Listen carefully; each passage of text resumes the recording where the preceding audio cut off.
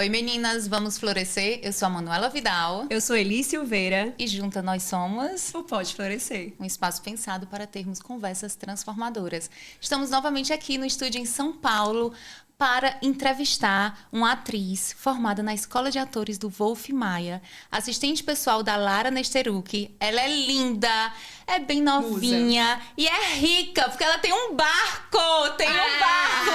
O barco da Ju, com vocês, Juliana Júlio. Ai, gente, eu esperei a vida por esse momento. Seja bem-vinda, Ju. Que honra ter você aqui. Uma honra estar aqui com vocês. Muito obrigada pelo convite. Fiquei chocada. Falei, o que elas querem comigo? Mas Tudo, queremos saber tudo. Vambora. E a gente amou que você aceitou. Muitíssimo obrigada. Eu achava que a Ju era bem pequenininha quando chegou esse mulherão de 1,90m. Gente, o que é isso? Ainda bem que eu vim de salto. Eu não esqueci o salto em casa. Ainda botei 10 centímetros de salto, menina. Sim, certíssima. Pra chegar humilhando. Eu gosto de gente que chega humilhando. Pisando. Cheguei. Ju, você começou a vida profissional muito nova. Eu vi que com 17 anos você já trabalhava na empresa da família. Isso. Aí depois você começou a faculdade de publicidade e marketing, saiu, fez a escola de formação de atores do Wolf Maia, hoje é assistente pessoal. Então é muito nova, você tem quantos anos? 29. 29, um bebê, meu Deus. Então, com tão pouca idade, você já tem essas transições de carreiras que falam com diversas Julianas. E isso é muito interessante, porque tem um Time Talks do Harari. E ele fala que, mais do que nunca, a nossa habilidade de se transformar, ela é necessária. E aí, a gente vê você, já muito jovem, fazendo isso, não sei nem se de forma assim pensada, mas aproveitando as oportunidades que a vida vai trazendo. Como que é? O que é que te move? O que é que move a Juliana? Olha, move... Eu acho que eu tava procurando alguma coisa que me fizesse bem, assim. Eu fiquei 10 anos trabalhando na empresa da minha família, do meu avô. E era uma delícia, né? Trabalhar tendo o meu avô perto, os meus pais perto, meu irmão. Então, tinham muitas vantagens. Mas foram 10 anos acordando todos os dias no mesmo horário, entrando às 8, sentando numa cadeira, saindo às 18. E todo dia igual, e todo dia. Isso me dava um pouco de desespero. E aí eu comecei a me coçar nesse sentido, assim, eu não quero esse gesso, sabe?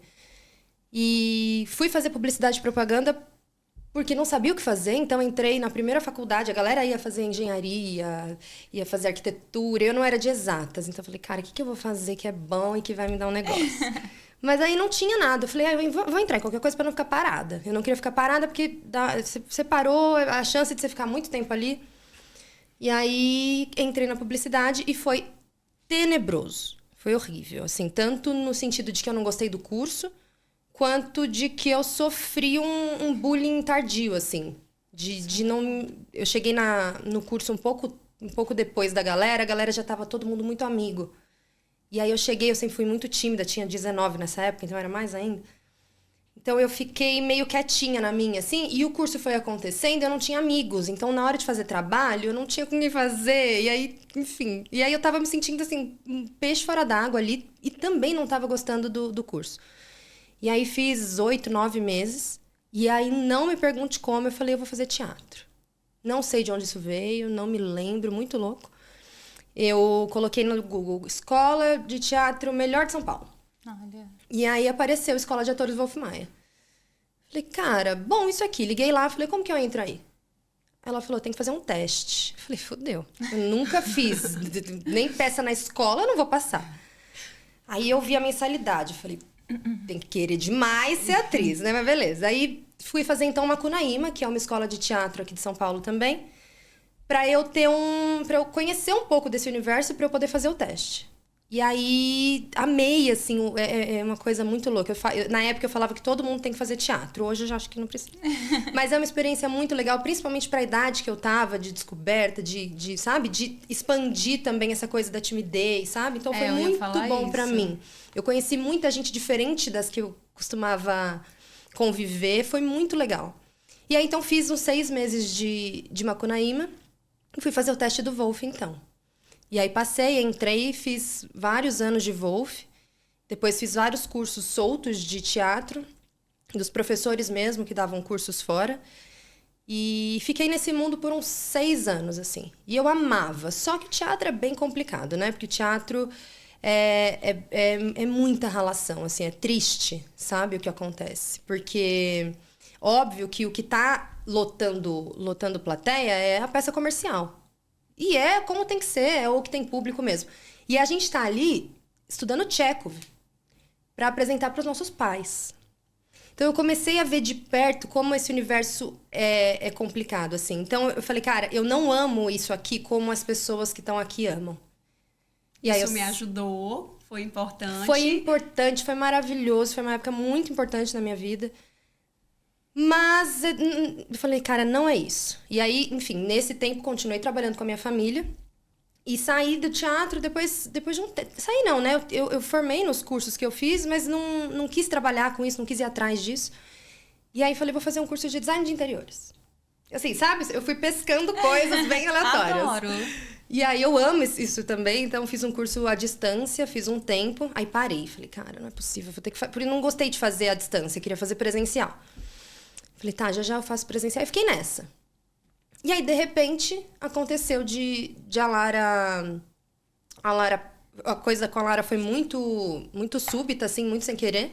E, de repente, eu era assistente pessoal. Então, foi uma variação, é o que você falou. Foram muitas coisas diferentes. Tudo muito sem querer. Mas eu acho que sempre buscando um lugar um pouco mais confortável que o anterior. E o teatro te ajudou nessa profissão de assistente pessoal da Lara? Eu não sei. Eu acho que o teatro me ajudou como pessoa. O teatro me transformou, assim. Tanto as experiências que eu tive através disso, as pessoas que eu conheci. Ter estado lá foi muito importante para o meu crescimento. Mas o que eu aprendi didaticamente no teatro, eu acho que não. Acho que eu uso pouco isso hoje. A experiência, sim. A experiência foi Eu acho que gigantesca. tu tem muita presença. Quando a gente olha a tua produção de conteúdo, tu se comunica muito verdade. bem. Quando tu entrou aqui na sala de verdade, assim, Jo, eu olhei, gente, que mulher bonita. Ai, que legal. Então, assim, eu nunca fiz teatro, mas a minha irmã é atriz. Ai, que legal. A minha irmã mais nova. E ela fala que os cursos que ela fez para teatro, para cinema, sempre são cursos que trabalham muito tanto a questão de você saber se colocar, saber posicionar a sua voz, como também você ter noção do seu corpo, porque a dança faz isso também. Acaba te dando uma consciência corporal muito grande. Então, eu não sei se você percebe isso, mas assim, né, eu acho que acabou trabalhando isso, tanto para você trabalhar essa timidez e saber se posicionar. Então, tu é alguém que chega e impõe a tua presença. Completamente. Eu acho que isso fez muita diferença. Eu lembro que no começo, uma das primeiras aulas de voz que eu tive no Wolf Maia, a gente tinha um exercício para fazer em cima do palco, e aí eu falando, né, era em dupla, e eu falando, a professora interrompeu a cena e falou, cara, a sua voz me dá vontade de vomitar. Meu Deus. Senhor! Eu falei, querida. Porque era legal. uma coisa muito aguda e era uma coisa bem presa, assim. Então, eu não conseguia colocar a voz no teatro grande da escola. Sim. Sempre falavam, Juliana, sua voz não chega aqui. E sempre foi uma coisa de ser muito introspectiva, né? Tinha uma coisa pra dentro, assim. Então, eu demorei pra conseguir me soltar mesmo e tal. Então, sim, com certeza fez muita diferença. Isso é bom. E assim, hoje você está no Instagram e no TikTok, em crescimento e rápido. Sim. Tem uma comunicação excelente, fala ali de assuntos variados, mas você é assistente da Lara. E como é que você consegue estar lá, porque é uma exposição, sem expor o seu trabalho, que você não pode fazer isso? Me explica um pouquinho o que é que teus seguidores te pedem, como é que funciona essa comunicação dentro das suas redes sociais. Então, eu tô no Instagram só de dublê de alguma coisa, né? Porque eu não faço nada lá. Eu não sei, eu não me identifico com a linguagem do Instagram, ou pelo fato de todos os meus amigos e a minha família estarem lá, eu acho que eu fico meio travada. Você é mais presente no TikTok. Eu tô nem um mês no TikTok. Eu acabei de chegar no TikTok. Mas veio com força total. E já é enorme. Porque todo já tempo, é enorme, e todo tempo já tá chegando produz vídeo. muito. E eu tô amando os vídeos, Ju. Ah, que bom, fico feliz. E aí, o que acontece? Eu, por conta de ter essa convivência com a Lara e, além de trabalhar com ela, conviver bastante com ela, eu tive uma visibilidade grande e participei de alguns vídeos do arquivo também. Então, as pessoas começaram a ter mais curiosidade ao meu respeito. E eu super sempre entendi isso, porque eu pensava assim, cara, se o Lua Santana tiver uma assistente, ela abrir um Instagram, eu vou querer seguir. Eu vou querer saber o que ela come de manhã, eu vou querer saber o que ela passa no cabelo. Que legal. Sabe? Então eu falei, gente, eu entendo as pessoas terem essa curiosidade, mas eu tinha essa trava no Instagram, e aí eu abri um perfil fechado, que também veio descendente de um perfil da Lara, então as pessoas que entraram ali também vieram da Lara. E é um perfil de 4 mil seguidores no Instagram, que é o Barco da Ju. E lá eu tenho uma liberdade muito grande de falar coisas que vocês não podem imaginar. Intimidades a mil. Seguir, eu não Pelo sabia amor de Deus, desse perfil. vamos, é babado, é babado. Adorei. E aí, eu comecei a falar lá, então, e eu tenho uma troca muito legal lá com as meninas. E hoje as meninas estão lá por mim, apesar de terem vindo da Lara.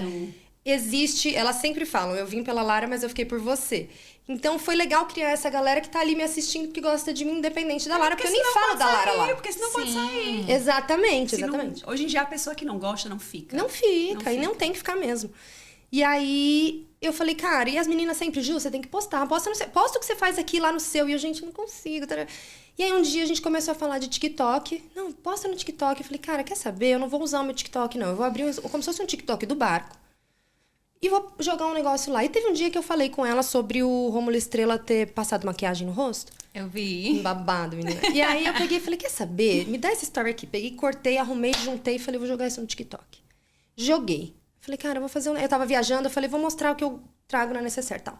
E aí eu falei, meninas, ó, TikTok inaugurado, vamos pra lá. Aí elas... E aí o negócio começou, eu voltei de viagem, comecei a postar todo dia. O TikTok é muito fácil, porque é como se fosse story. Então eu coloco o celular aqui, falo, cortou rapidinho e postou. E tá sendo muito legal, tô tirando onda, assim, tá muito gostoso de fazer. Eu adorei a comunicação, adorei. E aí tem essa coisa, né, assim, o que você tá fazendo lá, o que você quer, sei lá, eu acho que como eu entrei lá com pouquíssima expectativa, porque a minha expectativa era, as meninas que já gostam de mim vão pra lá e a gente vai falar lá também. E começou a chegar, naturalmente, uma galera que sabe quem eu sou, mas que não tá no barco. E aí o negócio foi tomando um tamanho. E aí a gente tá aí nem um mês e já tem vídeo pra caramba lá. E agora eu sou uma produtora de conteúdo. Eu tô amando. E eu amo esse sei lá. O que você tá fazendo? O que você tá falando? Não sei. Sei lá. Eu quero falar sobre o que eu quero falar. Eu amo isso. Porque ninguém é uma coisa só. E eu acho muito interessante, lógico, quando você tem ali já um foco, que você chega para produzir conteúdo sobre determinado tema e você não quer expor e você produz aquele conteúdo naquele tema. Excelente. Acho super válido e legal. Mas as pessoas que eu sou viciada, e eu tô viciada no teu TikTok, é que começa a falar ali da receita do frango, depois fala um papo mais profundo, depois fala da roupa de academia, faz esse mix que me interessa muito. Eu sou geminiana. Então, eu gosto dessa loucura de hoje a gente vai falar de uma futilidade, daqui a pouco a gente vai falar de algo mais sério. Eu amo isso, eu tô amando e sentir. E aí, quando você, no arquivo, eu assino o arquivo, Elis também assina. Você disse que uma das coisas que você odeia é o atraso. E que você não entende muito essa cultura da tolerância dos 15 minutos. Que, tipo assim, 15 minutos depois já é atraso. Então, é algo que te irrita. E até eu falei, meu Deus, Elisa, ela não deve conviver com geminianas. Porque geminianas estão sempre atrasadas. Tanto que foi a nossa preocupação. Vamos sair cedo, pelo amor de Deus. Não pode atrasar com a Ju. Você sabe que hoje eu quase atrasei, né? Eu falei, mas eu tinha visto que você ia Eu vi o horário, eu falei, Manu, será que ela atrasa? Eu falei, cara, se eu atrasar justo hoje, caiu minha máscara. Agora eu tô indo Você pode tudo. Mas eu comecei a rir. Quando eu falei, a gente não deve conviver com geminianas. Comecei a rir. Mas o que é, Ju? Numa pessoa que realmente te irrita a ponto de você não conviver não conseguir conviver com aquela pessoa. Não é nem irritar, é talvez assim, algo que você enxergue como defeito, porque todos nós carregamos características. Que aí você pode enxergar como defeito, outra pessoa pode enxergar como algo que eu consigo conviver. Mas o que é? Em alguém que você, não, isso aqui, eu não consigo conviver com uma pessoa que carregue isso. Olha, eu acho que hoje o que mais me repele das pessoas e tem me assustado, a quantidade de gente que eu conheço e tem esse defeito, é as pessoas que falam muito sobre si. Eu tenho pânico disso. Sabe aquela pessoa que você senta pra conversar com ela, ela começa a contar a vida dela inteira pra você, e você tá aqui, tá, entendi. O seu chefe, a avó do seu... Caramba! Você não sabe quem são aquelas pessoas. E aí a pessoa tá falando dela, contando a história dela. Detalhadamente. Aí você fala alguma coisa de você, ela volta pra ela. Sim. Então, eu acho que isso é uma coisa... Eu conheço algumas pessoas que são assim, mas eu não costumo ter muita paciência pra conviver, assim, com pessoas muito autocentradas, sabe? Porque isso é um reflexo de um monte de outras coisas, né? Mas assim, na superfície já é um saco. sabe? Então, quando você conhece alguém, o que mais acontece, e as minhas amigas falam direto, fui num encontro com um cara X, mas só fala dele. Eu falei, ih, furada. Então, acho que uma coisa, assim, hoje em dia, que me dá um pouco de aflição é essa galera que... Mas eu concordo. A Aurora, minha filha, ela tem uma amiguinha. Engraçado, assim, ela já tem essa percepção. Ela tem uma amiga que viaja muito. Todo ano viaja muito com os pais, viaja pra fora. Aí a Aurora um dia chegou, tenho que ter cuidado pra não falar o nome da amiguinha. Pelo amor de Deus. Aí ela disse, mamãe, a fulaninha é tão chata, a gente vai falar algo. E eu disse, eu vou pra Gramado. Ela, eu já fui pra Gramado, mas mais legal do que Gramado é não sei o quê, porque eu já fui pra não sei onde. Gente, isso é tão chato que uma criança de 9 anos consegue perceber o tanto que é chato de você não conseguir ouvir alguém falar da viagem que a pessoa fez. Você não precisa falar das viagens que você fez. Escuta, né? Que legal que ela tem essa percepção. E provavelmente ela não vai repetir isso, porque se incomoda ela, ela não vai fazer. Sim. Mas é um defeito de convivência que... Na verdade, eu nem considero de convivência, porque eu acabo não convivendo, assim. Já aconteceu de eu sair com um cara e eu ver que ele é muito... E aí, normalmente, é o cara muito leonino, sabe? Então, ele não só fala dele, mas ele se ama muito. Mas ele é muito gostoso. O meu marido é leonino. Existem leoninos e existem leoninos. Eu não sei, é porque eu não entendo de ascendente, eu não entendo muito de signo. Nenhum. Eu sei que leoninos realmente são ali muito... Minha irmã também é leonina. E a Flávia, meu amor, a Flávia é ela. Você senta pra falar dela, a Flávia tá olhando assim pro céu. Eu, Flávia, ela... porque não tá falando de mim, não me interessa. É bom que ela assume. É bom que ela assume que a gente já... Entendeu? Mas o Ricardo, ele não é um leonino típico. Pelo contrário, ele sempre quer que você brilhe. Ele escuta você. Caramba. Então, existem leoninos... Acho que um ascendente aí que deve sobressai. Ser, com certeza, com certeza. As pessoas são diferentes, não adianta. Não é signo não adianta. Que vai colocar ninguém O signo inclina, mas não determina. Agrupa, na verdade. Sim, agrupa, mas acaba que dá ali uma diferença. Ju, que parte... Eu sei que você falou que não sabe bem ainda exatamente o que quer falar, mas está se encontrando, porque foi algo que aconteceu do nada. Eu vou começar a produzir conteúdo e vamos. Mas eu sei que mulheres sempre estão ali para ajudar outras mulheres. A gente, às vezes, quer falar de coisas mais superficiais para não ter que se estressar, para não ter que pensar, mas acaba que chega um momento que a gente sempre precisa conectar outras mulheres. É como se fosse, assim mesmo, uma necessidade que a mulher sente. Sim. E que parte sua ali, da Ju, ela, obviamente, que a autenticidade é importante, que identidade é importante, mas que parte da Ju, que eu tenho certeza que será autêntica, você vai mostrar nas suas redes sociais com essa nova conversa que vem por aí? Olha, eu acho que, levando em conta o que eu já faço nesse perfil fechado, o que mais me chama atenção, e eu sempre falo isso para elas, é o quanto de mulheres eu mobilizo quando eu falo de relacionamento. A quantidade de mensagem que chega quando eu falo de dependência emocional, por exemplo. Meu Deus, a minha filha tá passando por isso. Meu Deus, eu passei por isso. Meu Deus, a minha amiga tá passando por isso. E aí, às vezes, alguma coisa que eu falei ajudou aquela amiga a falar uma coisa mais certa pra amiga que tá passando. Ou é louco, porque com algumas histórias eu me conectei a ponto de eu mandar mensagem depois pra pessoa e falar, e aí, como tá a sua irmã? E aí a pessoa me... Então, assim, é uma coisa que... Como eu passei por muito tempo, vivi isso por muito tempo e fui descobrir o que era exatamente isso depois que saí, fazendo terapia e conversando sobre isso, e falando, e estudando, e lendo, e ouvindo.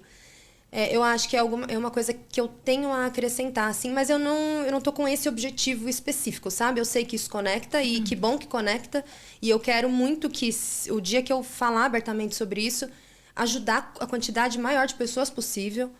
Eu justamente estive nesse buraco por tanto tempo, realmente porque não tive conhecimento ao longo desses anos sobre o que é isso, sabe? Era só mais um termo que a gente ouvia por aí e não sabia exatamente o que significava. Então, claro que se eu conseguir ajudar alguém, já vai ter sido um feito enorme. E aí, vamos ver se eu tô andando com o TikTok, assim, meio a tropeços, né? Vamos ver se uma hora eu paro pra falar com mais clareza sobre esse assunto. Mas esse tipo de conversa é muito importante, porque é como tu disse, Ju, muitas mulheres vivem relacionamentos abusivos porque elas não conseguem compreender que aquilo é um relacionamento abusivo. Você é muito jovem, mas eu e a Elisa, a nossa geração, passou muito tempo normalizando condutas que elas são reprováveis e que elas precisam ser faladas. para que a gente saiba que isso não acontece só comigo, acontece também com ela. Porque isso fortalece. Quando a gente 100%. fala mulheres precisam de mulheres, é porque mulheres precisam de conversas assim, para saber que algo que está acontecendo e que você está se envergonhando, você não tem que se envergonhar. Quando a Luana Piovani, ela começou a expor ali muito do relacionamento dela, ela foi muito criticada. E ela disse, eu preciso fazer isso porque eu não estou resolvendo de outra forma. E eu comecei a conversar com mulheres que estão ali me seguindo, que estão passando por isso. E eu vi, não, peraí, eu tenho um poder, eu tenho uma obrigação de falar por essas mulheres. Porque essas mulheres não têm a voz que eu tenho. Então, quando a gente vê mulheres contando ali sobre relacionamentos, e elas também têm o direito de não querer expor, porque é uma ferida aberta. Não é uma coisa fácil, não é todo mundo que tem essa força de aguentar todas as críticas que vão vir. Mas quando eu vejo uma mulher como a Luana Piovani, até a própria Lara Nesteruk, que passou e depois expôs de certa forma, eu acho tão importante, porque vai fazer com que a minha filha veja que, peraí, isso aqui não é um relacionamento. A música do Renato Russo, acho que isso não é amor. Eu tenho uma sobrinha de 15 anos e eu falo muito com ela, linda, quando a gente se relaciona com alguém, procure uma pessoa boa, procure uma pessoa que não faça você sentir que tem algo errado. Porque se você sentir isso, é porque tem algo errado. Porque não é. Relacionamento, qualquer um, é cheio de desafios. A gente faz muitas renúncias. Quando vem a maternidade, aí são mais renúncias ainda. Mas são renúncias que te levam a algo bom, que te fazem sentir em paz, que te fazem ver que você está abrindo mão de algo por algo maior. Não que você está abrindo mão de você. Então, esse tipo de conversa, por favor, tenha com as suas seguidoras. Porque você, principalmente que é muito jovem, conversa com a galera jovem. Você conversa com a minha sobrinha, ela vai te ouvir. Que às vezes elas acabam não ouvindo a gente. Porque nós somos velhas, Elis. Bem capaz. Com esse tanto de colagem nessas caras. Ontem a gente estava no evento da Betina. Sim. E a Betina, ela falou sobre o relacionamento dela também, que ela teve, né, que foi um relacionamento abusivo. E ela disse assim, foi tão difícil porque eu estava para casar, casamento marcado, vestido, chegando em casa, e eu tive que decidir não querer mais. Então, mas foi uma dor tão grande dizer não, mesmo sabendo, porque é uma vulnerabilidade, é se colocar na arena, e isso é muito difícil. A gente quer que a história que a gente desenhou, a história que a gente construiu, tenha um final feliz, dê certo. E muitas vezes ela não dá e é muito frustrante. Só que é muito melhor ser frustrante em um relacionamento que ainda não tem filhos, que ainda não casou, do que depois. Então, a Betina, ela falou assim, o meu sonho era ter um casamento muito feliz, igual ao dos meus pais. E se eu tivesse dito sim, eu não ia ter um casamento feliz. Depois de um mês, eu ia separar. Então, isso é muito importante porque você vai evitar ali, com uma conversa, com a sua história, que várias pessoas repensem. Peraí, a minha história não é tão feliz assim. Isso eu acho que é isso que a rede social ela mais exige, é essa autenticidade, é você realmente mostrar o que você quer mostrar, ser muito verdadeiro no que você quer mostrar. Não precisa ser a Ju toda, não precisa ser a Manu, não precisa ser a Elise inteira, mas aquele pedacinho ali realmente ser muito autêntico. Eu acho que isso é que vai fazer sentido pra gente. E a tua família, Ju, eu vejo que você é muito próxima da tua família, né? Sim. Teu pai muito jovem, tua mãe, eu falei, Elise, a gente tem a idade dos pais da Ju, meu Deus, lindos. Mas vou te falar, jovens. vou contar um negócio aqui, porque o dia que eu gravei com meu pai, eu até coloquei lá nos comentários qual a idade que vocês acham que ele tem. E normalmente meu pai ouve que ele tem muito menos do que ele tem. E tá lá, galera, 44, 45, 57. Menina, que genética jovem. maravilhosa. Ele jovem ainda, lindo, mas ele realmente parece 15 anos mais jovem. Que e eu genética saio com maravilhosa. ele, todo mundo acha que é casal. Eu tenho certeza. Eu sou apaixonada nele. Eu tenho certeza. Então mas você é essa pessoa muito próxima da família e que ainda assim viveu um relacionamento abusivo. Então, assim, como foi esse processo de se perceber dentro de um relacionamento, mesmo tendo ali uma família tão forte? Porque também é importante isso, porque muitas vezes a gente pensa que as vítimas de um relacionamento abusivo têm problema de autoestima, não tem uma família presente, e não é. Qualquer uma de nós podemos, de repente, nos ver dentro de um relacionamento que tem ali uma violência psicológica, uma violência física. A gente precisa falar sobre isso. Sim. Então, você é linda. Obrigada. Você tem ali uma família presente e se viu nisso. Aí a família te ajudou a sair, os amigos te ajudaram a sair, ou você que teve essa percepção sozinha de, certo, eu estou num lugar que eu não pertenço mais e eu tenho que encontrar uma forma de sair. Tá. Olha, eu vivi por 9 anos ouvindo só uma voz, que era a dele. E eu não contava nada pra ninguém, porque eu tinha vergonha, porque eu sempre fui muito reservada. Desculpa. E eu não queria contar pra ninguém, eu não queria que ninguém soubesse o que eu tava passando. Então, eu protegia ele de todas as formas possíveis. Até porque as pessoas gostavam muito dele e eu queria que continuassem gostando. Então, eu não dividi isso com ninguém. E eu vivi muitos, muitos, muitos anos assim. Ouvindo só aquela voz, respondendo só aquelas ordens. E eu não tive um problema de família, mas eu nunca tive muita autoestima, assim. Eu tinha uma insegurança desde criança muito grande, ainda tenho, que também me atrapalhou nisso, sabe? De reconhecer o meu valor, de me colocar naquela situação e perceber que eu não devia estar ali. Não, eu achava que eu devia. E quando você só ouve uma voz, é muito complicado, porque você acredita naquilo, é só o que você tem. Então, a minha família não sabia de nada, os meus amigos, as minhas amigas não sabiam de nada. Achavam algumas coisas estranhas, mas eu prontamente acobertava, arrumava para que tudo continuasse parecendo um mundo cor-de-rosa.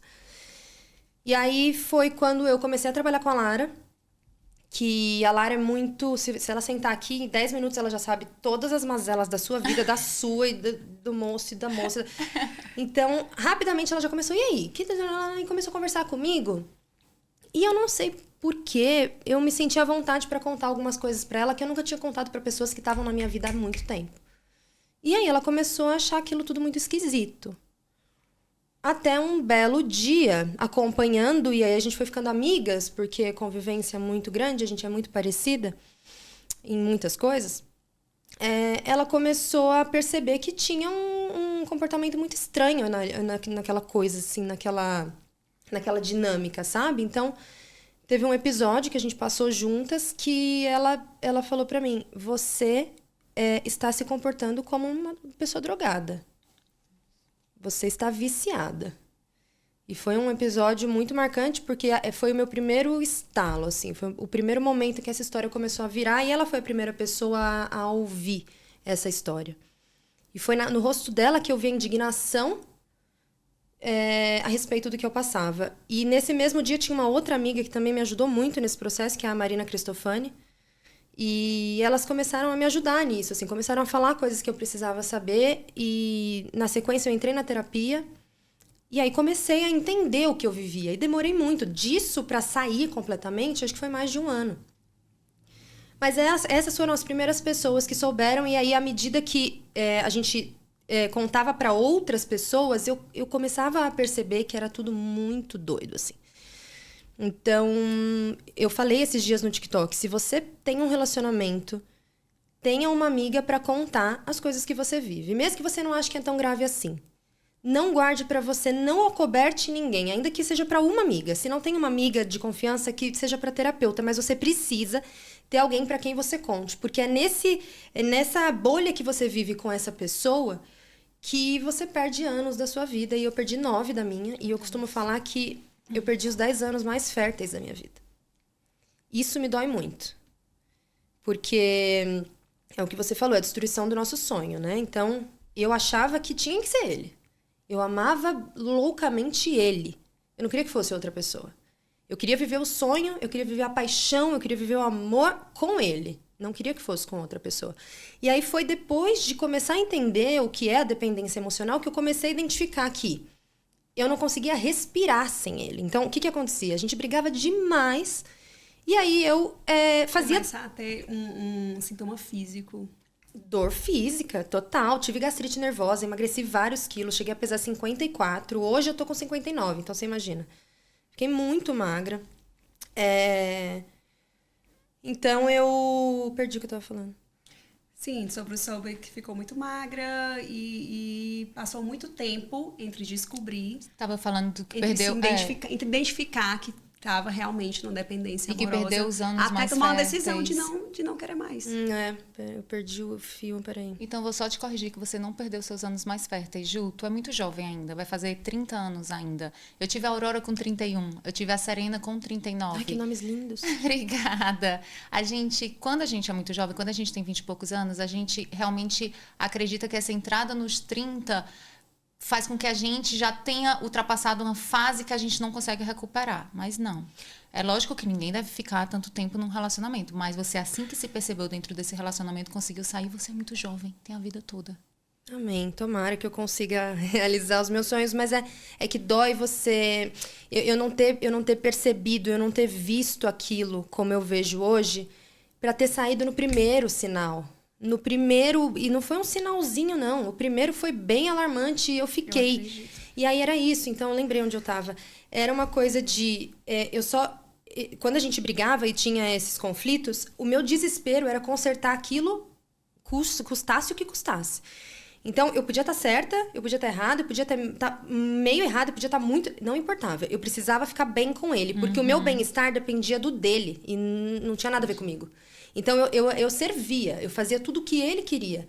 E aí, hoje, entendendo mais o que é dependência emocional, é exatamente isso. Você tá ali para servir o outro, é sempre pelo outro. Eu não conseguia respirar sem ele. A minha existência dependia dele estar na minha vida. A minha existência dependia do amor dele por mim. Que louco. Ou da demonstração de alguma coisa parecida com isso. E quando eu saí pela primeira vez, foi exatamente como a gente vê descrito sobre um adicto. Todos os sintomas eu tive. Emagreci demais, fiquei muito mal, depressiva, deprimida e voltei. Depois de 2 meses. Fiquei mais 6. Terminei. Voltei. Então foi assim, esse período de conseguir sair... Como um vício mesmo. Foi muito difícil. E então me dói muito não ter tido a sabedoria, não ter dividido com as pessoas, não ter... Mas assim, ao mesmo tempo que eu sei que eu tenho responsabilidade pelo que eu vivi, porque eu ignorei os sinais, porque eu vi que tinha coisa errada ali e decidi ficar, eu não me culpo. Porque eu não sabia. Sim. Sabe? Então, esses dias eu falei sobre isso, não me lembro onde, acho que no TikTok. E uma menina falou, caramba, que doido você falar que não se culpa, porque eu me culpo muito. As meninas se culpam, né? Cara, eu tenho responsabilidade pra caramba no que eu vivi. Pô, as escolhas de ficar lá, as pessoas tratam a gente como a gente deixa elas tratarem. Mas, cara, eu tinha 19 quando isso começou. Insegura. De repente aparece um príncipe encantado. Lindo, inteligente, engraçado. Tinha tudo. Falei, é aqui, pra sempre.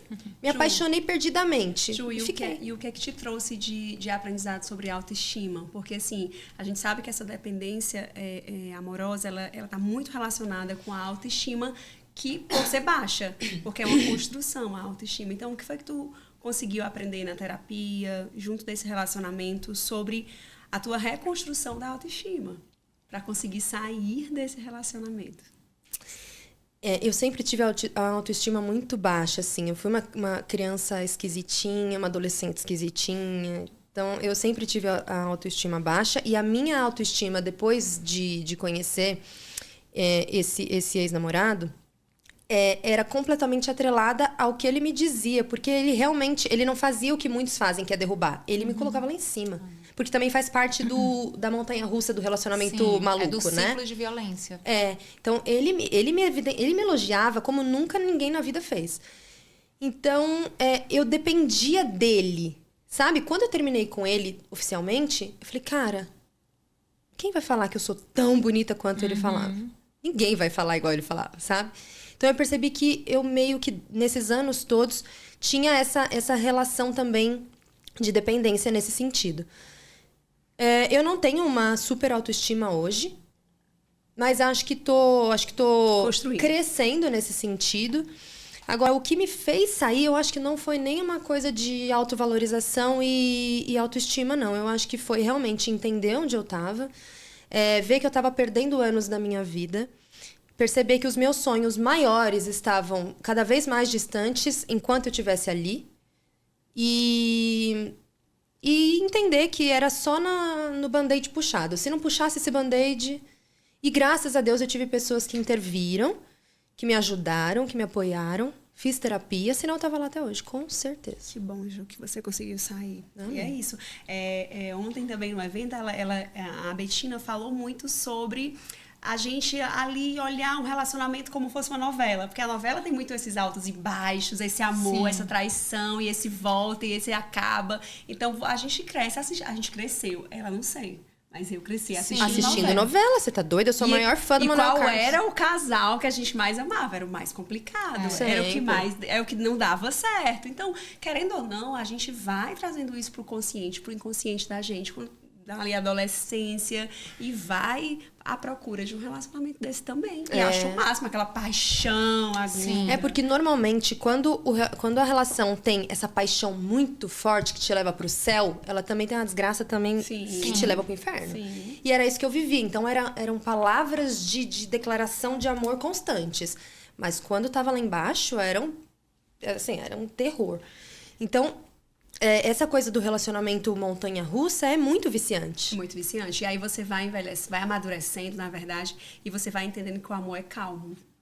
O amor é essa leveza. Se não for assim, não é amor. Não compensa. E não vai, porque não é amor. Deixa eu contar uma coisa interessante pra vocês sobre isso. Eu terminei meu relacionamento, esse relacionamento em questão, há pouco mais de um ano. E fiquei 6 meses na sequência sem olhar pro lado, assim, sem ficar com ninguém, sem me envolver com ninguém, justamente porque eu entendi que eu precisava desse espaço pra me curar e aí conhecer uma nova pessoa, senão a tendência da gente repetir o padrão é muito grande. E aí fiquei um bom tempo. Procura o padrão. Procura! Até hoje eu dou uma olhada nos padrões. Ah, é verdade, não pode ser. Se deixar. Eu já disse pra mim mesma que não é legal. É, menina, é difícil. Mas, e aí então, 6 meses sem ninguém. E aí depois de um tempo que eu voltei, assim, que eu falei, tá, vamos começar a viver de novo. Eu conheci uma pessoa e tive um relacionamento meio... Não chegou a ser um namoro, porque teve que acabar por questões alheias à nossa vontade. Mas eu vivi 4 meses uma coisa que não chegou a ser chamada de namoro, mas tinha a dinâmica exata de um namoro, que era um relacionamento de paz. Só de falar me dá vontade de suspirar. Assim, sabe paz? Bom, vocês sabem, graças a Deus vocês sabem. Graças a Deus. Mas, gente, pra mim, que vivi 9 anos num negócio que era um terror, ansiedade e loucura, e briga. De repente eu tava com uma pessoa, porque eu não me apaixonei perdidamente, mas eu gostava da companhia dele. Eu gostava de estar com ele. E aí a gente foi ficando despretensiosamente, de repente a gente tava lá já vários meses juntos, assim, não sei o quê. E aí não tinha cobrança. E aí não tinha briga. Como é que você fica 4 meses com uma pessoa e não briga? Eu não sabia o que era isso. Aí não tinha, podia demorar pra responder. Se eu estivesse namorando com aquele outro, eu não ia estar podendo falar com vocês, porque eu ia ter que estar respondendo. E aí, de repente, eu tô com uma pessoa que não me cobra, não me enche o saco. E o cérebro achando aquilo até estranho também. Que tá Calma, como assim? A gente estranha. E aí, enfim, independente dessa pessoa, não tem a ver com ele, tenho um imenso carinho por ele, mas não tem a ver com ele. Foi muito interessante perceber como eu era num relacionamento normal. É muito interessante a gente perceber que não, o problema não sou eu. O problema era aquele relacionamento. Não necessariamente aquela pessoa. Em alguns casos, sim. Mas aquele relacionamento era torto. Eu consigo viver uma coisa tranquila. E é muito, muito bom. Então, eu considero que esse pequeno relacionamento que eu tive foi importante para eu me descobrir convivendo com uma pessoa nova e tendo mais esperança no que vai vir. E Ju, isso é muito a partir da sua cura. Porque, assim, sempre vai ser você com você mesma. Essa frase, ela vem sempre para cada mulher, para o homem também, mas a gente está falando de mulheres porque somos mulheres. Mas o problema sempre vai ser você com você mesma. Então, essa forma de visualizar um relacionamento é sua. A forma de estar é sua. Então, ele não quer a cura dele, ele não quer mudar, é ele. Mas eu vou me curar, Você eu precisa vou pra deixar terapia, esse lugar. eu vou me conhecer, eu preciso deixar esse lugar. Então, não é nunca esperar a mudança do outro. Para quem tá assistindo, essas meninas mais jovens também, que estão em um relacionamento desse abusivo, com violência, muitas vezes psicológica, que é muito pior do que a doméstica, porque vai deixar marcas para sempre. A gente precisa entender que a primeira mudança é sua, é você que tem que mudar, não é o outro. Então, bota o outro pra lá e vai procurar cura, vai procurar se entender, se encontrar em uma terapia, estudando, lendo, enfim. Mas a gente precisa entender que a mudança é nossa, porque muitas vezes você fica 9 anos esperando a mudança do outro e não a sua. E é por isso que é importante a terapia. Meu Deus, se eu tivesse feito terapia antes, terapia não teria ficado tanto tempo lá. Porque aí a gente vai se descobrindo, a gente vai se melhorando, a gente vai entendendo. E é exatamente isso, entendendo que não é sobre o outro, cara. Você não vai mudar ninguém. E muitas vezes existem adolescentes, existem jovens que não têm condições de pagar uma terapia.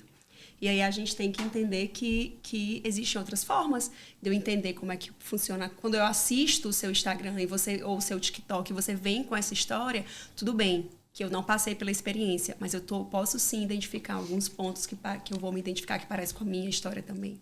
E isso já é um alerta, viu, meninas? E o interessante disso também é que às vezes você não passou, nem vai passar por isso, mas às vezes você tem uma sobrinha que está passando, uma amiga que está passando. Da família. E é importante que a gente fale disso não só para quem está passando começar a entender, mas é muito importante que quem está ao redor dessas pessoas entendam que aquilo é um vício, que aquilo é difícil de sair. Porque o que eu mais ouvi, e nunca é pra mim, né? Sempre fala pra alguém que aí chega na gente.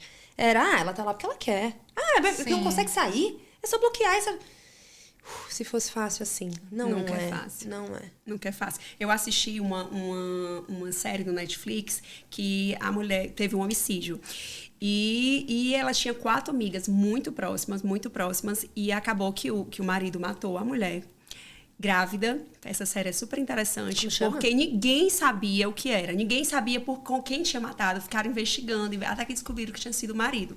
E o que eu mais achei interessante no final dessa série foi que as 3 amigas se reuniram e falaram assim, vamos fazer um pacto. Tudo que acontecer na nossa vida, a gente precisa contar pelo menos para uma. Porque se a gente soubesse algum sinal que ela estava sofrendo violência psicológica ou violência doméstica, a gente já saberia inicialmente que teria sido ele. Sim. E passaram quase um ano procurando saber para descobrir. Como chama essa série? Então, eu não tô lembrando aqui, mas eu passo esse nome depois. Mas é uma série incrível que fala justamente sobre essa violência. E ninguém, as 4 amigas, que eram amigas de infância, não sabiam de nada o que ela passava em casa. E chegou a acontecer isso. Então, mas eu vou passar o nome da série, vai estar lá escrito no Spotify. Mas é isso, além da importância de contar, de compartilhar, é também importante você enxergar as coisas pelo que elas são. Tem uma produtora de conteúdo no YouTube, que é a Rita Von Hunt, e ela tem um dos vídeos que eu mais amo, que é: você precisa chamar as coisas pelo nome que elas possuem. Você precisa chamar de amor aquilo que é amor. O que você estava vivendo não era amor, já era uma obsessão, já era uma doença. A gente tem que chamar as coisas pelo nome que elas possuem. E a gente faz isso enxergando. Não é algo tão simples. A clareza, ela não vem diante de uma situação. Às vezes é preciso de tempo. Quando você se vê dentro de um ciclo de violência, não é tão simples romper. Até porque o ciclo de violência, ele possui várias fases. Possui a fase da lua de mel, a fase de você achar que pela primeira vez alguém está te vendo, alguém está te valorizando. Ainda que depois venha algo estranho, mas aí volta para aquela fase. Então, tudo é muito complicado. As coisas não são tão preto no branco, mas quando você tem essa noção de que você precisa enxergar as coisas pelo que elas são, você já tem mais cuidado, certo? Se tem algo aqui estranho, deixa eu enxergar quem essa pessoa é de verdade. E aí, a partir disso, você vai se fortalecendo, vai entendendo melhor, vai buscando uma amiga, vai buscando uma terapia e, com isso, consegue realmente quebrar o ciclo de violência. Que, quando a gente fez o último episódio da temporada 1, foi sobre violência doméstica. E a gente entrevistou uma delegada da Polícia Civil. E eu vi um trecho desse episódio. E foi incrível. E elas falaram exatamente, então, são 2 profissionais dentro da área dizendo: quebrar o ciclo de violência é uma das maiores dificuldades de qualquer vítima. Principalmente porque tem esse julgamento. O julgamento de como assim? Como assim? E aquelas fotos que os 2 postaram? Tudo tão lindo, tudo tão perfeito. Aí agora vem com isso, me poupe. Então, é isso. Assim, se você tem uma amiga que você percebe que está passando por algo estranho, o que você pode fazer? Ficar próximo, ficar ouvindo, não julgar. Que é difícil também, porque quando a gente é amiga, a gente fica sem paciência. Então, mas é a única coisa que você pode fazer, é a única coisa que vai fazer com que fortaleça. As meninas tiveram muito saco comigo, porque você imagina, se eu fiquei 1 ano tentando sair, foi 1 ano falando a mesma coisa, foi 1 ano me vendo voltar, foi 1 ano me vendo chorar, foi 1 ano...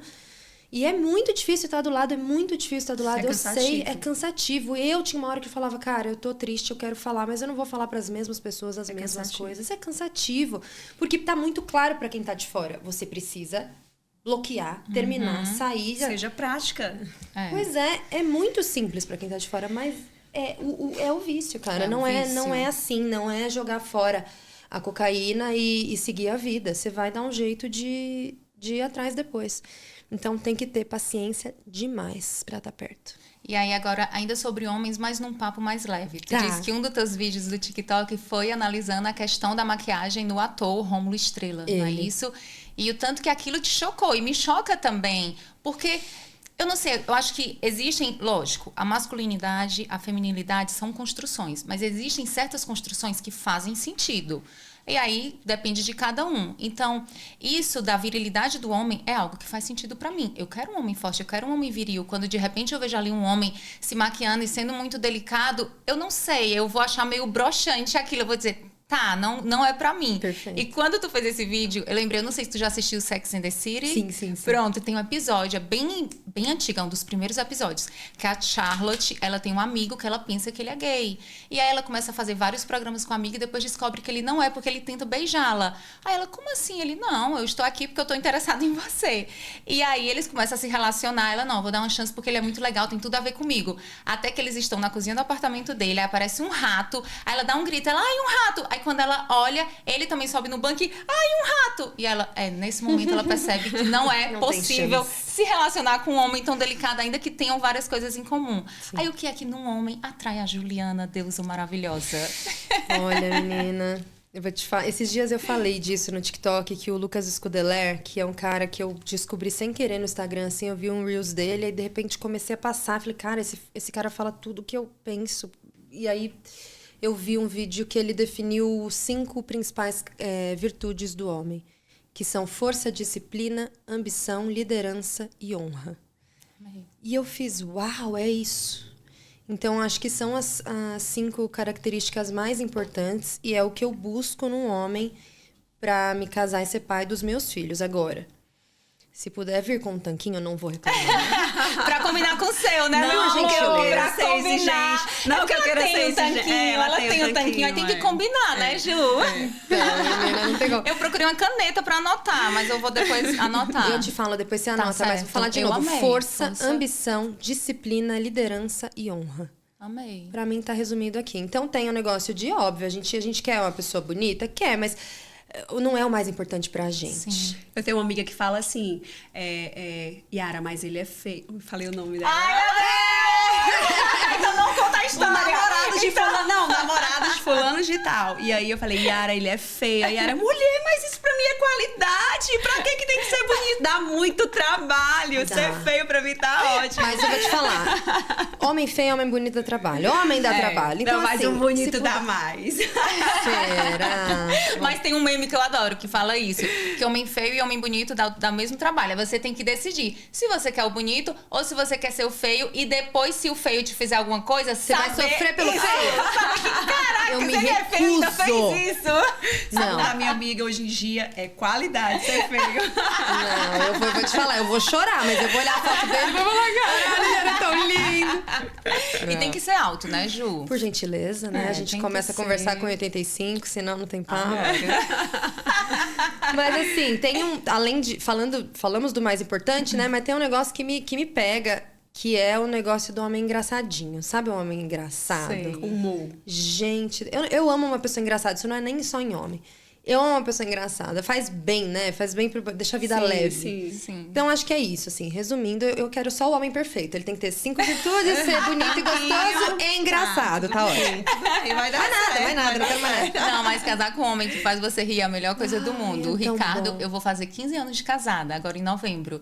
E eu morro de rir com o Ricardo. que delícia. E o engraçado é porque o Ricardo é uma pessoa séria, né? Sim. Então, quem conhece o Ricardo, pensa que ele não, o Ricardo, e não é. E ele tem aquele humor inteligente. Boa. Ai, eu amo. é a Bom você melhor falar coisa. isso, porque eu não gosto do cara palhaço, não. Não, também o palhação não. que Não, chega na roda odeio o e bobo da corte, Deus o bobo me da livre. corte, Deus me livre. Deus Não me é livre. isso. O Esse bobo da humor corte não inteligente. dá pra mim, não. O cara tem a sacada, ele fala na hora certa. Normalmente ele é quieto, mas quando ele fala... O meu é assim, é quieto na hora que fala, é, É muito isso. engraçado. Não, o bobo da Perfeito. corte, meu Deus. Ai, Não, Deus é pai. Tem um pavor, não gosto. Pelo amor de Deus. Não gosto. Vamos crescer, o bobo da corte, vamos crescer. Ju, você tem uma sua história, tipo, o melhor ano da sua vida? Se eu tenho o melhor ano da minha vida... Uau! Eu acho que eu não tenho o melhor ainda. Eu acho que o melhor vai ser o que eu realizar alguns dos grandes sonhos que eu tenho. Mas eu acho que 2022 foi um ano muito importante pra mim. Foi o ano mais difícil da minha vida, mas foi o ano mais importante também. de muitas viradas, que foi quando eu comecei a descobrir essa questão toda, que eu saí da casa dos meus pais, fui morar sozinha, mudei de trabalho. Então, ao mesmo tempo, tudo isso aconteceu. Eu terminei um relacionamento, que depois eu voltei, mas eu mudança terminei. de dentro pra fora é incrível. Foi tudo ao mesmo tempo. Então, de repente, a minha vida tinha dado um 360, tudo tinha mudado de lugar. Então, assim, eu acho que não foi definitivamente o melhor, foi muito difícil, mas foi o mais importante. O melhor vai ser quando eu tiver os meus filhos. Ai, que linda! Não vou chorar. Chora não, porque eu já chorei hoje. Eu liguei de manhã pra falar com a Serena por Os olhinhos chamada. brilhando, gente, aqui. Gente, aí a Serena chorando, porque ela acorda de manhã e ela sempre procura por mim. Ela tava chorando Tem e o 2 Ricardo anos, tava a com Serena. ela. Tem 3, ela fez 3. agora. Aí já comecei a chorar. Você me mostra a foto dela. Mostro. Ela é Perfeita. muito gostosa. Não, as minhas filhas parecem com a Elise. Se elas Como estivessem aqui, você assim? acharia que elas eram filhas da Elise. Elas são branquinhas, têm essa cor de cabelo. Elas não Mentira. parecem minhas filhas. Tá brincando. Eu Mas elas aceito, parecem porque com o são Ricardo. perfeitas. Ai, que legal. São lindas demais. São lindas. Então, realmente, assim, a maternidade, ela transforma em muitos aspectos. Tu que já é muito próxima dos teus pais, tu vai ver como vai te aproximar ainda mais. Tu vai reconhecer certos momentos que passavam despercebidos. Porque eu sempre fui muito grata aos meus pais, sempre fui muito próxima. Mas quando eu me tornei mãe, gente, como assim? Como assim? Então quer dizer que eles tiveram que passar por tudo isso? E aí você valoriza ainda mais. Valoriza tudo. E ela aumenta o amor em tudo, sabe? Assim, o amor que tu sente, sei lá, por uma amiga, por uma sobrinha, ele realmente se potencializa. E a sua falta de paciência também. Você, não tenho mais tempo pra isso aqui, não Pelo tenho amor mais. de Deus. Então ela vem pra potencializar todas as emoções. Ai, É que muito e delícia. cheia de desafios também. Ninguém vai romantizar a faço ideia. maternidade. A maternidade não é uma coisa fácil.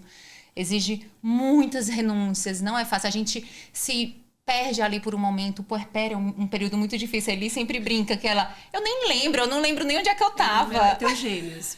Gêmeos. Eu tenho 2 meninos. Eu tenho muitas coisas que eu não lembro, assim, apagou. Eu estava realmente no modo avatar em alguns momentos. Cara, você tem só esses 2? Só. Como eles chamam? Miguel e Arthur, são 2 meninos. Coisa mais linda. Quantos 9 eles anos. têm? 9? A mesma idade da filha dela mais velha. Será que ter gêmeos... Eu te Eu perguntei sempre isso... disse que ia ter gêmeos. Eu brincava com a minha É? boneca, Você tem gente dizendo na que ia família? ter gêmeos. Tenho. Tem. Mas eu sempre disse, eu vou ter gêmeos. Eu sempre disse. Amém, que delícia. É. E você... Eu te perguntei se você tem mais filhos, porque eu queria saber se é muito diferente ter gêmeos e ter um filho só. Mas deve... Será que é o dobro? É o dobro. Será que é o dobro de... Vai direto de pro céu. dificuldade? Se você tiver gêmeos, né? meu amor, é passagem Primeiro na garantida pro gravidez céu. eu me achava, como assim, eu não sabia ainda o que era ser, né? Porque na gravidez eu já me achava assim, esplêndida. E não tinha ninguém que tivesse mais luz que eu. Eu me achava assim, sabe assim, Virgem Maria. Tudo! Mas era humilde. Desse nível, mais incrível, Nossa, que maravilhoso a delícia, maternidade. meu Deus. Ave, muda. Ju, e Juliana significa jovem, que você é. Aquela que tem cabelos negros, E que não você faz tem. dieta. E que não faz dieta. E que não faz dieta. Como Tô assim? fazendo, tá? Voltei. Eu quero saber isso. Eu vi Eu que não tô tá querendo fazendo saber dieta. dos cabelos dela, não. Eu quero saber então dessa fala dieta. um pouco como manter esse corpo. Mas tu disse que gripou, que antes realmente não tava cuidando da alimentação. Mas gripou e agora tá um pouquinho focada. É. Então, comendo bisnaguinha com requeijão, mais focada. Mas focada. Eu quero Não, eu saber, vou te gente, falar. porque isso não é... Ó, a Não é justiça normal, já, não é a normal, injustiça não é do normal. mundo já começa aí. Então, a culpa toda é do meu pai. Porque ele me deu uma genética boa da É magreza. verdade. Porque eu treinei e comi bem por 7 anos, 6, 7 anos. Mas nunca fui bitolada, assim, nunca treinei igual maluca. Eu treinava fofo, mas treinava todo dia. E comia bem certinho durante a semana, mas escapava Isso a quando partir de que queria. idade? Em média. Que eu comecei a treinar Sim. quando eu comecei a namorar 19. Ah, novinha. 19. Até os 19, eu comia, tomava Toddy de manhã com pão francês, com requeijão. Mas essa idade aí até Pode, tudo bem. eu Essa podia idade- também, nessa idade eu podia. E aí comecei a namorar e ele tirou esses hábitos, pelo menos algum. Tirou esses hábitos de mim. E aí então comecei a treinar, comecei a comer bem e fiquei nessa vida, mas assim, nunca fui muito. Mas era muito mais regrada do que tava até agora. E aí depois, quando a minha vida deu esse capote, eu não tava conseguindo voltar, assim. E só desculpa, tá? Não tinha motivo nenhum. Só aquela Sim. preguiça de, amanhã eu volto. Amanhã... Comendo muita besteira. E aí teve um dia que eu não lembro pra quem que eu falei. Cara, se eu engordasse proporcional ao lixo de qualidade que eu tô comendo, eu tava rolando já. E realmente eu não tenho essa tendência, assim. As mulheres da minha família todas lutam contra a balança a vida inteira. Eu? Mas o meu pai, eu acho que eu peguei essa coisa do meu pai, da magreza, assim, a família do meu pai é mais magra. Então, assim, é lógico, né? As pessoas me veem, eu falo, eu não faço dieta. Ai, mas como que você é magra? Mas eu sei o que eu tô olhando no espelho pelada, o resultado desse desleixo. Então, tem mais celulite do que devia, a bunda tá mais lá embaixo do que devia. Mas agora eu tô voltando, tem um tempinho que eu tô voltando. Nessa gripe que eu peguei, emagreci 5 quilos, assim, sem perceber. E emagreço fácil. Se você me xingar agora, eu vou chorando pra casa. Em casa, eu tô 2 quilos mais magra.